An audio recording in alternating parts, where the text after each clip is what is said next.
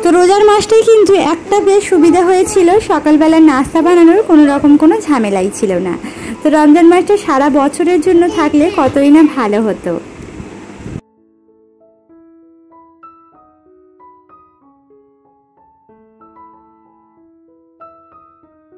Hello everyone, আসসালামু আলাইকুম। কেমন আছো তোমরা সবাই? আশা করছি তোমরা সবাই খুব ভালো আছো, সুস্থ আছো। আলহামদুলিল্লাহ, আমরাও বেশ ভালো আছি।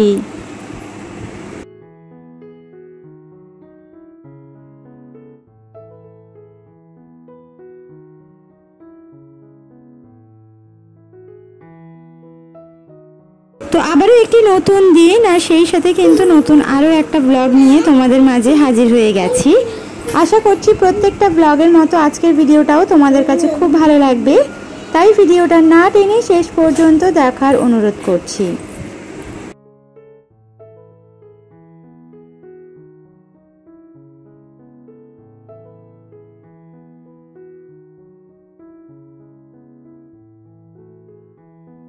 তো আমার হাজবেন্ডের কিন্তু কাজ অলরেডি শুরু হয়ে গিয়েছে, আর সেই সাথে সকালের নাস্তা বানানোর ঝামেলাও শুরু হয়ে গিয়েছে। তো সকালবেলায় এই যে নাস্তা বানিয়ে দিচ্ছি, উনি কাজে বেরিয়ে যাবেন। এখন যেহেতু কাজে তেমন একটা তাড়া নেই, তাই এখন ঘড়িতে 8টা থেকে 8:30টার মতোই বাজে। তো সেই জন্য রোদ্দুরে একেবারে বেরিয়ে গেছে, একেবারে খটখটে রোদ বেরিয়ে গেছে, যেহেতু গরম তো পড়েই গেছে। হ্যাঁ, তো সেই জন্য আর গরমের দিনে যত সকাল সকালে উঠে কাজকাম সেরে নেওয়া যায় ততটাই ভালো। তবে কি বলতো, এই যে উনি কাজে যেহেতু দেরি করে যাবেন, সে কারণে উঠতেও দেরি হয়ে যায়, আর রাতে একটু প্রেশার থাকে কাজে, ব্লগিং আর কি এডিটিংয়ের কাজটা তো আমার থাকে। সেই জন্যই দেখা যায় কি একটু রাত হয়ে যায় শুতে, আর সে কারণে সকালে উঠতেও দেরি করে ফেলি। হ্যাঁ, তো যাই হোক, এখানে কিন্তু মোটামুটি আমি বলতে পারো রান্না মানে নাস্তা রেডি অলরেডি করে ফেলেছি। তো সুন্দরভাবে একটু চা করে নিলাম, আর সেই সাথে এখানে ফুলকো ফুলকো রুটি করে নিচ্ছি। এটা দিয়েই আজকের নাস্তা আমরা করব। আর সেই সাথে কিন্তু আমিও ওনার সঙ্গেই নাস্তাটা করে নেওয়ার চেষ্টা করি। আসলে উনি এই সকালবেলাটাই তো আমার সাথে নাস্তাটা করার সুযোগ পাই, সারাদিন তো আর বাড়িতে থাকবেন না, সেই রাতে বাড়ি এসে আবার খাবেন। হ্যাঁ, তো সেই জন্য সকালের নাস্তাটা অন্তত চেষ্টা করি ওনার সঙ্গে খেয়ে নিতে।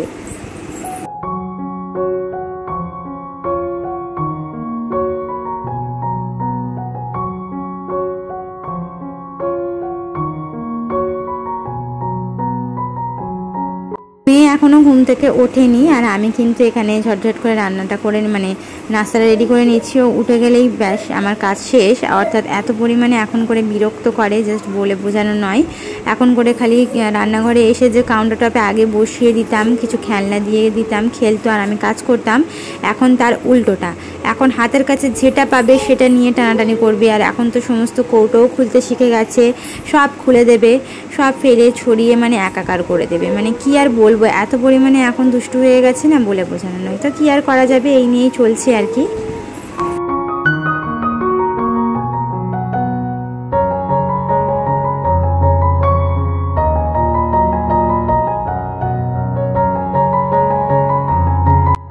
গরম যেহেতু বেশ ভালোই পড়ে গিয়েছে, তো সেই জন্য এখন পাখাটাও 2-3 দিন পর পরই ক্লিন করতে হবে। শীতকালে তো তেমন একটা ক্লিন করতেই লাগেনি, পাখা তো চলতোই না, ফলে নোংরাও খুব একটা পড়তো না। 15-22 দিন পর পর হয়তো একবার করে পুঁছতাম। আর এখন গরম পড়ে গেছে, 2-3 দিন ছাড়া ছাড়া না পরিষ্কার করলে মনে হয় যেন পাখার হাওয়াটা গায়েই লাগছে না।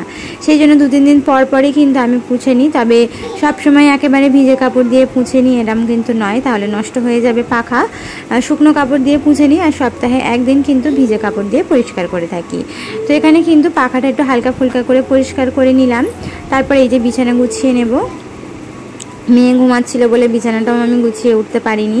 তো এখন বিছানাটা গুছিয়ে নিয়ে সাথে সাথে একেবারে ঘর বারান্দা আর একবার ঝাড়ু দিয়ে নেব। তো হাজব্যান্ড কাজে বেরিয়ে যাবার আগে আমি শুধু ঘরটা ঝাড় দিই, বারান্দাটা ঝাড় দিই না। কারণ বারান্দাতে ওনার তো গাড়িটা থাকে, সে কারণে দেখা যায় কি গাড়ির চাকাতে অনেকটা নোংরা থাকে। তো সেক্ষেত্রে সবথেকে বড় কথা, গাড়িটা বের করে নিলেই আমার ঝাড় দিতে অনেক বেশি সুবিধা হয়, না হলে আমাকে 2বার করে ঝাড় দিতে হয়। সেই জন্য ঘরেতেই আমি যেহেতু খাওয়া দাওয়া হয়, তাই ঘরটা আমি শুধু ঝাড় দিয়ে নিই।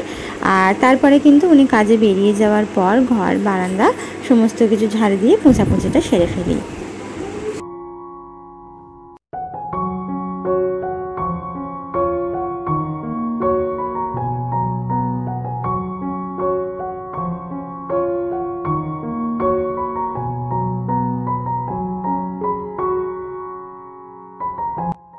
তো তোমরা অনেকেই কিন্তু আমাকে কমেন্ট করেছো মিনি ব্লগের জন্য। তো তোমরা অনেকেই আমার মিনি ব্লগ দেখতে অনেক বেশি পছন্দ করছো, বলছো যে মিনি ব্লগটা শেয়ার করো। তো ভাবছি যে এই চ্যানেলের মধ্যে এবার থেকে প্রত্যেক দিন সকাল 8টা নাগাদ করে তোমাদের সঙ্গে আমি মিনি ব্লগটা শেয়ার করব। তোমরা কিন্তু অবশ্যই দেখতে ভুলো না, যারা আমার মিনি ব্লগ দেখতে পছন্দ করো তারা এই চ্যানেলেই আমার মিনি ব্লগটা পেয়ে যাবে। আমি ভাবছিলাম যে তোমাদের সঙ্গে মিনি ব্লগটা এই চ্যানেলেই শেয়ার করব, কারণ তোমরা অনেক বেশি ভালোবাসা দিয়েছিলে আমার মিনি ব্লগগুলোতে, সেই জন্য। তো এখানে কিন্তু আমি ঘরটা ঝাড়ু দেওয়া শুরু করে দিয়েছি।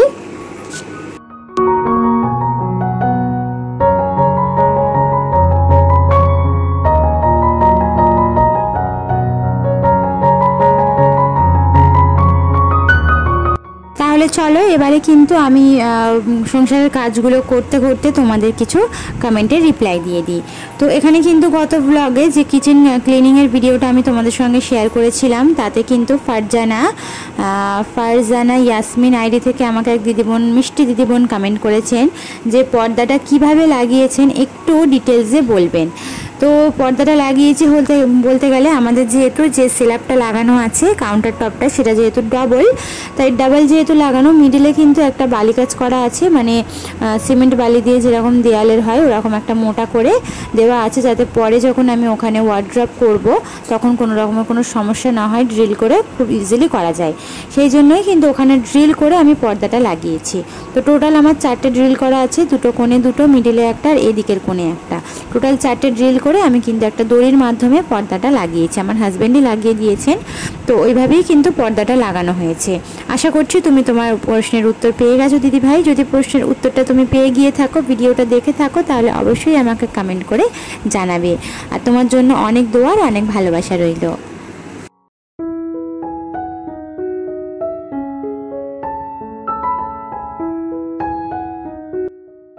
তো সাথী সেলিম আইডি থেকে গত ব্লগ এক দিদিভাই কমেন্ট করেছেন, যিনি আমার রেগুলার ভিউয়ার্স, আর সাথে প্রত্যেক ভিডিওতেই ম্যাক্সিমামই উনি কমেন্ট করে থাকেন। আপু তুমি একদম ঠিক কথা বলেছো, টাইলসগুলো যখন পরিষ্কার করার পর এত সুন্দর লাগে। তো হ্যাঁ গো দিদিভাই, টাইলস লাগানোর এই একটাই সুবিধা, পরিষ্কার করার পর কিন্তু একেবারে নতুনের মতো হয়ে যায়।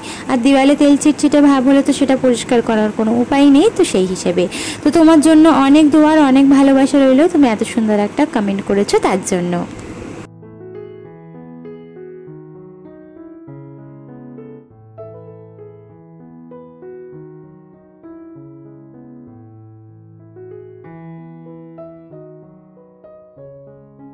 তাইফা আইডি থেকে এক দিদিভাই কমেন্ট করেছে, খুবই ভালো লাগলো আপু, ফার্স্ট থেকেই কিচেন পরিষ্কার করা শুরু করলে লাস্ট পর্যন্ত অনেক পরিপাটি। তো থ্যাংক ইউ দিদিভাই, তোমার জন্য অনেক দোয়ার অনেক ভালোবাসা রইল।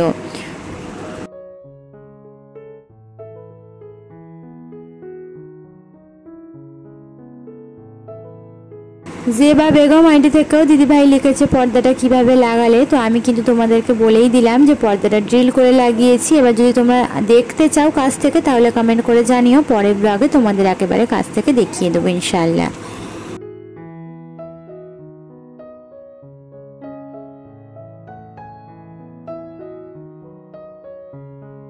তো গত রিসেন্টলি আমি কিন্তু এই নতুন একটা শার্পো ব্যবহার করতে শুরু করব, সেই জন্য নিয়েছি। তো এটা হচ্ছে ঘড়ি শার্পো, যেটা টিভিতে অ্যাডও দেয়। তো অনেকেই জানো, অনেকেই জানো না।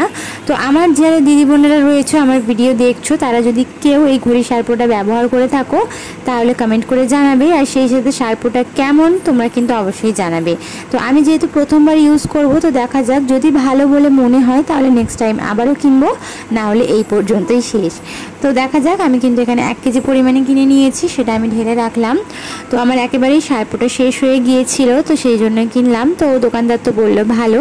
অবশ্য দোকানদার তার নিজের কোনো জিনিসকেই সে খারাপ বলবে না, ভালোই বলবে।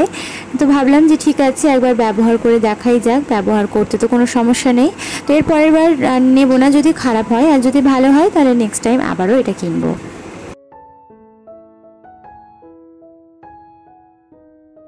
পারভিন সুলতানা আইডি থেকে দিদিভাই লিখেছেন, সেকেন্ড পেমেন্ট পেয়েছো কি না বললে না তো। সেকেন্ড পেমেন্ট এখনও পাইনি দিদিভাই, খুব তাড়াতাড়ি পেয়ে যাব, আর পেয়ে গেলে তোমাদের সঙ্গে সব থেকে প্রথমে শেয়ার করবো ইনশাআল্লাহ।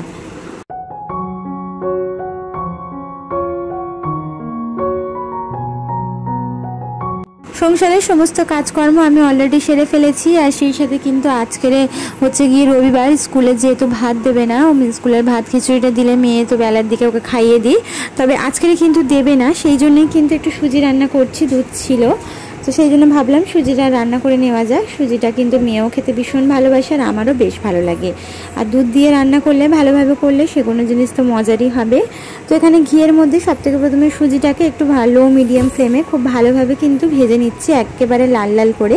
খুব বেশি কড়া করবো না, জাস্ট হালকা একটুখানি কালার এসে গেলেই এর মধ্যে কিন্তু অল্প একটুখানি পানি দিয়ে তারপরে আমি দুধটা ঢেলে দেবো। আমি ডাইরেক্টলি দুধটা দিলাম না, কারণ কড়া যেহেতু অনেক বেশি গরম হয়ে আছে, তাই দুধটা কেটে যাওয়ার একটা সম্ভাবনা থাকতে পারে। সেই জন্য আমি অল্প প্রথমে একটুখানি পানি দিয়ে দিলাম, তারপরে কিন্তু দুধটা দিয়ে দেব। এতে কিন্তু সুজিটা একটু রুম টেম্পারেচারে এসে যাবে, ফলে দুধ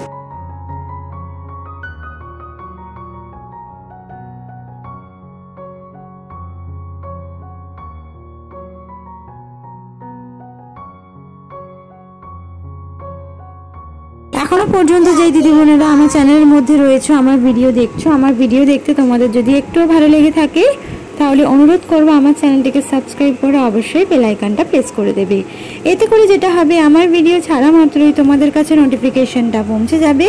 আর যারা অলরেডি কাজটা করে দিয়েছো তাদেরকে অসংখ্য ধন্যবাদ।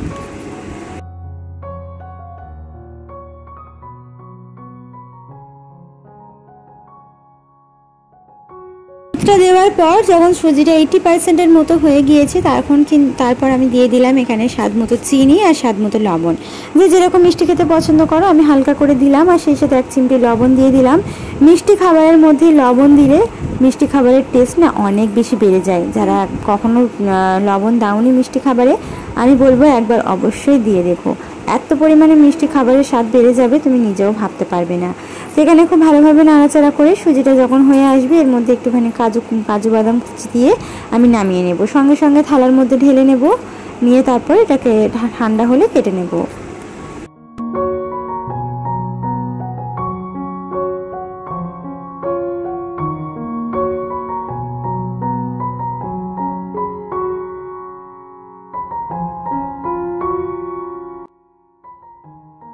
তো আমার মেয়ে সুজি রান্নাটা দেখে এত পরিমাণে খিদে পেয়ে গেছে যে আমাকে ঠান্ডা করার মতো সুযোগ দিচ্ছে না। এত পরিমাণে জেদ করতে শুরু করেছে, কান্নাকাটি করতে শুরু করেছে যে আমি এটা বসাবো কি তার আগেই হালকা করে কেটে নিয়েই ওকে বাটিতে আমাকে তুলে দিতে হলো। তো কী আর করবো, যেহেতু বাচ্চা জেদ করছে তাই ভাবলাম অল্প একটুখানি প্রথমে দিয়ে ওকে সান্ত্বনা দিই, তারপর যখন এটা আবার পুরোপুরি ঠান্ডা হয়ে যাবে তারপর আবার দেবো হাতে। তো এই জন্য আর কি অল্প একটুখানি কাটাকুটি করে ওকে প্রথমে বাটিতে করে দিয়ে দিলাম। পুরো ভালোভাবে বসেনি, তা সত্ত্বেও ওকে আমায় দিতে হলো।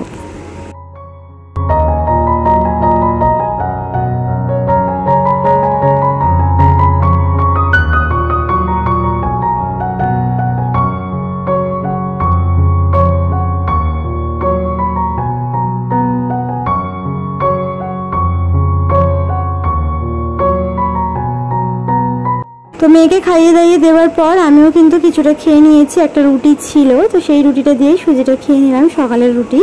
তো সেই রুটিটা দিয়েই আর কি সুজিটা খেয়ে নেওয়ার পর আমি রান্না করতে চলে যাব। তো আজকের দুপুরে রান্না করব হচ্ছে পটল ভাজি। তো কালকে পটল এনেছিলাম মাঠ থেকে, তো সেই পটল আজকে যেহেতু রবিবার আমি জানতাম তো সবজি কিনতে পারবো না, তাই কালকেরেই আমি কিনে নিয়ে চলে এসেছিলাম।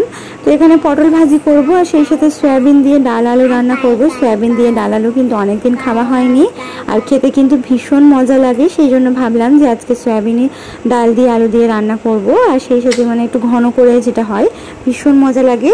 আর সেই সাথে একটু পটল ভাজি করে নেব আর একটু আলু ভাতে দিয়ে দেবো, তাহলে দুপুরের খাওয়া দাওয়া হয়ে যাবে। আর রাতের বেলা কিছু একটা ডিমের ঝোল বা কোনো কিছু একটা করে নেব, তাহলে হয়ে যাবে আলহামদুলিল্লাহ। তো এখানে কিন্তু পটলটা আমি কাটাকুটি করতে বসে পড়েছি।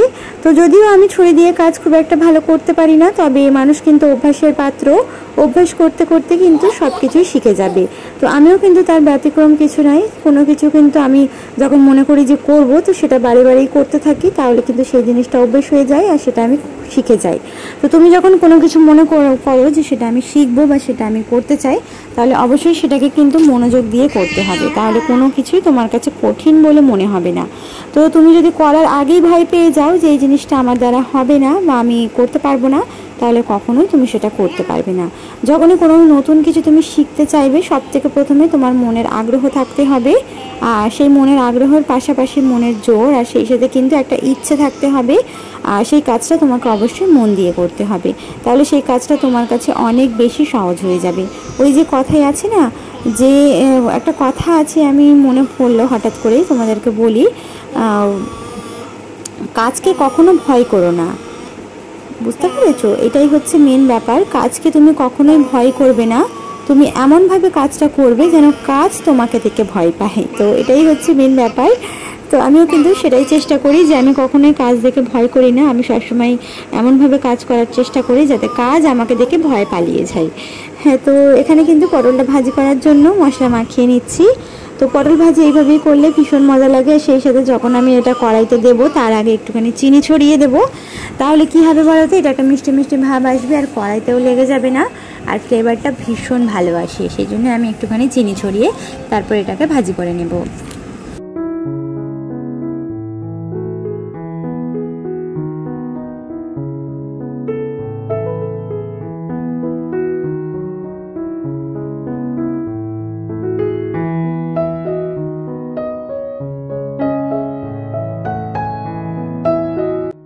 ভিডিওটা দেখতে দেখতে ভিডিওর কোনো অংশ ভালো লাগলে একটা লাইক করতে ভুলবে না। তোমাদের একটা লাইকের মাধ্যমেই এই ভিডিওটা আমার অনেক দিদি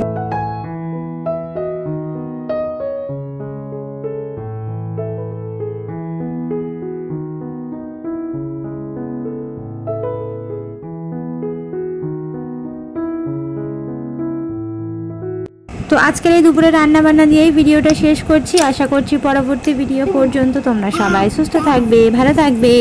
আল্লাহ হাফিজ, আসসালামু আলাইকুম।